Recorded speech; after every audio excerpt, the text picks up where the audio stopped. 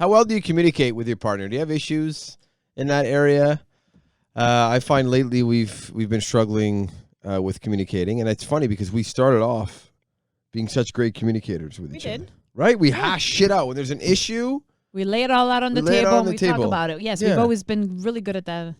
I find you've been actually always really good at that. Really? Yeah, because I've been in other situations and other relationships, personally and professionally, with people who just they bottle everything in. Yeah, I've experienced that in the past too, and maybe that's why when I met you, I made it a point to want to always communicate and tell you how I'm feeling and talk about the big things and the little things. And same with you. You've always communicated pretty well with me. Good. I've gotten better, but we all know people like that. Eh? They bottle it in. They do. And then you can tell by the body language that there's something up. There's something going on, like something's off, the patterns are off. There's just a weird energy, and then 2 months down the line, it all comes out and it just in a blow up. It's the worst freaking thing in the world. So normally we do have great communication for the bigger things that go on, right? Let's be honest. Of course. But it's just like the little things lately. And I can't put my finger on it. And we've had these like lately, what's happened? No, these stupid little fights. Like even if I don't pick up something at the grocery store, or I don't know, like I didn't shovel outside. It's just little things that like it goes back kind of to an episode where we did like expectations. It's kind of the similar thing. Like, oh, why don't you just tell me to do it then? Like, but why do I need to tell you to do certain things? I don't need to tell you the same way you don't need to tell me to make dinner. No, I know. Or to take care of the kids or do certain things that we do so routinely and every day. You know. I know. I just find there's like little things like, or if I don't pick up something, or. Or there's something with the kids, you just assume that I know, so you don't convey that. I want to give you the benefit of the doubt, and then if I do tell you or remind you, I'm called a nag, which you have told me several times, and I know I am guilty of being a nag. I know I am. It's okay. You mean well. Sometimes I try to refrain myself from asking you to do something because I know that you know what to do. Because then if I remind you or tell you, you get mad and call me a nag.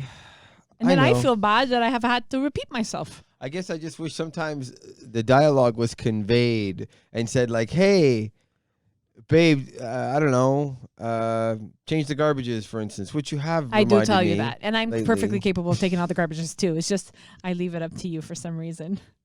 Or if I decide that I'm going to be an extra half an hour from work per se, or if I go to the grocery store and then I go to like the bank or something, and I should let you know. I have to communicate that. Yes. So that's your expectation, is to me to kind of give you my little like GPS. But communicate with me. So that's where I'm lacking. Yes. Is communicating my whereabouts. Yes, and there's nothing wrong with that, because I like to know where you are, especially when I'm home and I don't know, lonely sometimes. So why? Or maybe it's because I expect you to come home early and spend time with me and Maya. I think you can speak on behalf, babe, and maybe you can't speak on behalf of other women in this situation.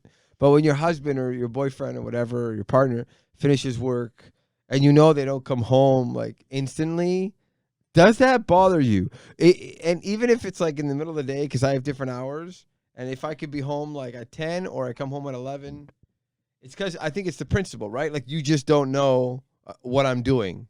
Right. And I need to let you know. Thing is, I do know what you're doing, but I still like for you to tell me what you're doing to confirm that my thoughts are right. So if somebody works 9 to 5, then your expectation is like at 5:02, 5:05, like that we should, if we have to go, we have to like let you know exactly what we're up to. No, I think that's a bit unrealistic. But that's kind of what you're saying in a way. Yeah. But I think it's because your hours are peculiar. Like you leave the house at 5 o'clock and. Yeah, but I also come home early. Okay. So if I don't, I guess you want me to always communicate exactly what my plan is, right? So because you're very good at doing that. You tell me, oh, Tina, today I have a meeting right after work from 10 to 11:30, or, I have a meeting with my boss, or I have to go somewhere for work when you were doing PR events. Like you would always tell me that ahead of time. So I would know, okay, on Tuesday you have a meeting from 10 to 10:30 and you're going to be a little late coming home. But sometimes I forget. Sometimes I forget to tell you things. Yeah, but some things I actually really do know. Like I do pretty much know your schedule. Yeah. When I was working, you knew a little bit about what my weekly schedule looked like. Yeah, but you used to come home later sometimes or come home earlier. I work in a hospital. Yeah, I but don't have a shift like a shift like you do. Like you need to be off the air so that your next radio host can go on air. But for and do me, her show. But for me, my expectation is not that you need to communicate it with me. That the fact that like, okay, you're finishing half an hour early, I need to know. Yes. No. Right? Right. What? So I'm just letting you know that I don't care, but you seem to care for me. I do care. Why? Because I'm home and I'm so used to having you home an hour earlier. Now you're working an hour more. So it throws off like my whole routine that I've been used to for the last year. And, I am just a bit annoyed that you don't communicate with me, that you want to go for a walk or you have to do something at work. Sometimes I forget. You tell me you're working on different projects at work. Yeah. But in my head, I'm like, okay, well, he's leaving work now. And then I forget. You had something else planned after work. So if you were more busy, you wouldn't care as much. Probably not, and I know it's selfish. No, I'm just trying to understand the mentality because I think there's a lot of couples who can relate to this, and whether it's the man or the woman in the relationship, it's like, well, if you're done work, you need to report to me. You need to report to me your ETA, your estimated time of arrival, so you can get home, before the flight leaves. I do know that sometimes I think in my head that I would like to do, the worst, but that I would like to do something with you when you come home from work. So I expect you to be home, like, let's say around like 10:30, and we have a baby that goes to bed, nap around 12:30, 1 o'clock. 10:30 a.m. here. Yes, a.m. Sorry. Just so you know, not 10:30 p.m. No. And now you think, well, why the hell does she care? Because he's done. Well, you do a morning anyways. show, so it goes with the territory of your job. So I expect you to be home. But in my head, I say, okay, he's gonna be home a little bit early. Maybe we can go to the grocery store together, just and have enough time to be out before our daughter starts freaking out that she's hungry and tired. This is what sparked doing this episode. It just, I was drawing a blank before, and it just refreshed in my brain.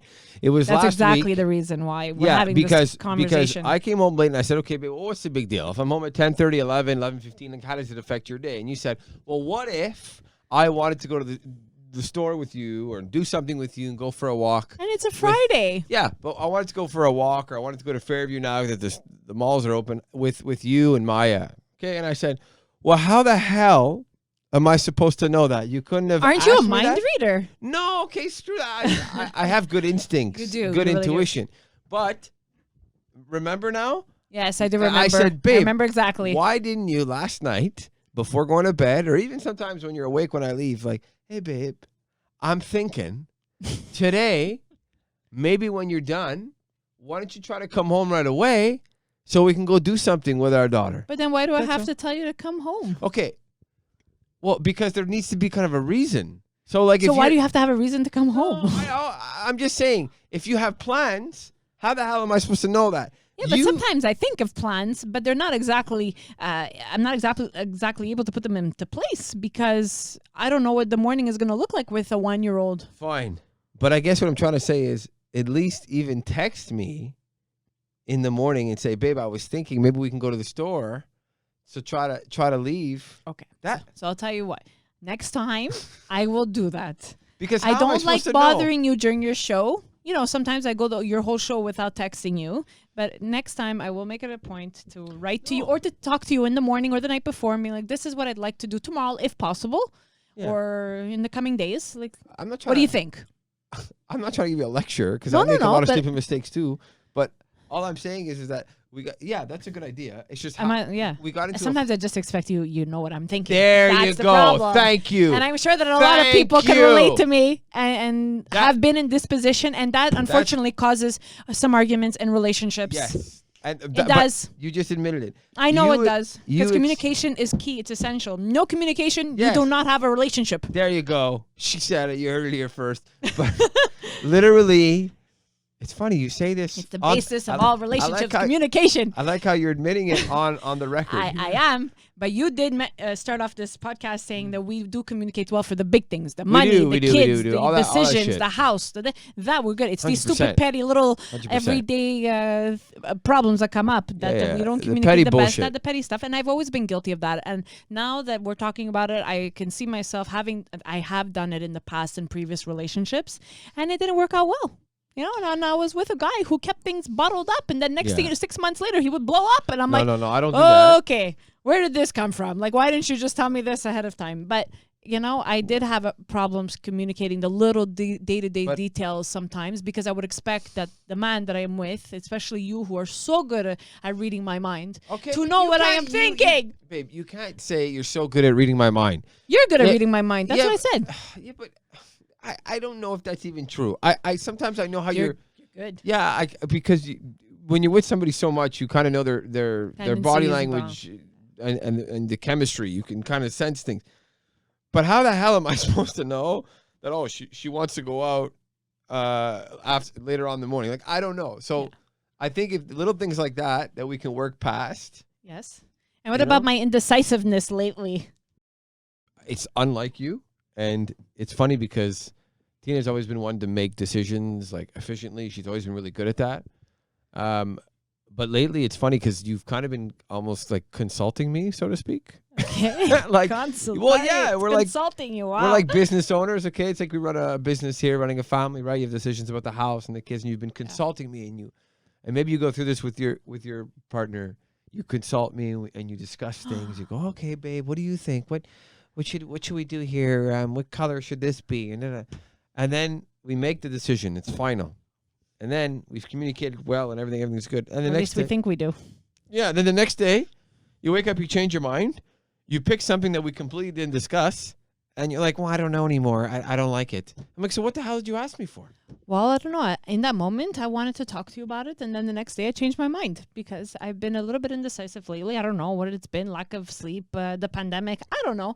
I just can't make decisions even on the stupidest things like what we're going to eat for dinner or on bigger things too. I mean, we had to choose our daughter's birthday pictures from her photo shoot. I needed your help to narrow down the selection because to me, I love them all, and you said they all look alike. So you're like, just choose the one that she's smiling in. I was like, yeah, but it's so hard because they all look so nice. So I had a hard time, and I needed your input. For that, and I still didn't take 100% of your suggestions. But that's what I'm saying. So, like, why do you go out of your way? Sometimes you're like, babe, come here, I need your help, or whatever. And then you ask me, like, even like the paint on the wall or whatever it was, or whatever this or that. I give you my suggestion. I'm usually quick to give you an opinion. You are. You're really. You're usually pretty good at deciding what to eat. What to eat. Because that's another thing too. We go, babe, what do you want for dinner? You know what? Let's have chicken tonight or whatever and fries. Okay. And then an hour later, you're like, you know what, babe? Let's just maybe can we have meat and have chicken tomorrow? I'm like, so what do we talk about that for? Why'd you ask me? I know it's been driving you crazy. I'm sorry. Frig. But I think it's because let's talk about the food that I maybe wasn't particularly craving anything specific. And I just kind of threw out, chicken, because it's always like one of the easiest things to eat or to prepare. And then I'm like, I don't really know if I want chicken. Do I want pasta now instead? I guess. I think I know the last 2 months especially, it's been bothering you. And well, I guess I'm just confused sometimes to why. No, but fine. Indecisiveness, whatever. It's not the end of the world, I guess. That's why you have a partner, though, that can help you. But we do communicate about it. It's sometimes we turn back on what we communicated about. Fine, but we're allowed. That's what, and that's what's great about this podcast, because Tina and I actually find it therapeutic for us. And that's part of the reason why we do it. It's therapeutic for us. And in turn, we hope you listening or watching can learn a thing or two and just say, hey, we go through the same crap, and maybe it should inspire you to open up to your partners as well, because that's what I find is happening with this. Yes. And it's been great. Yes, it has been. It's been very helpful so far, and for it's both of us to get to know what each other's thinking or hash things out on the air for you guys all to listen and to maybe realize if you're going through the same thing as we are. That's it. We just want to be relatable. It's just funny because I literally think when you guys ask us your opinion, when you ask your husband or your boyfriend's opinion, I literally think you're just staring at us like a ghost, not listening at all when we tell you our opinion. That's not true. We hear what you're saying. We may not react right away. We may not even know what to say and don't even want to say the wrong thing.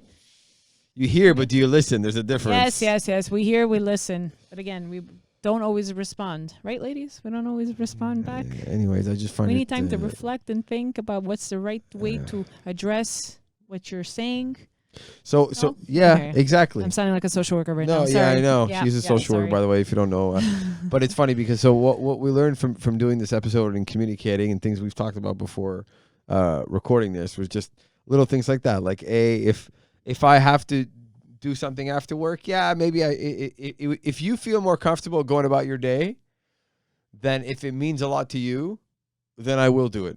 I will. I'd appreciate it. And I will do that. And then if you have some sort of plan in your mind the day before, I will communicate it with you. Just communicate with it. I will, but sometimes I think it's so stupid to tell you ahead of time because I don't know what's going to happen the next morning. Yeah, but say, hey, you know what? I'm thinking tomorrow might be a good day to do X, Y, and Z. That's okay. It. I mean, to me, it looks like common sense. You're right.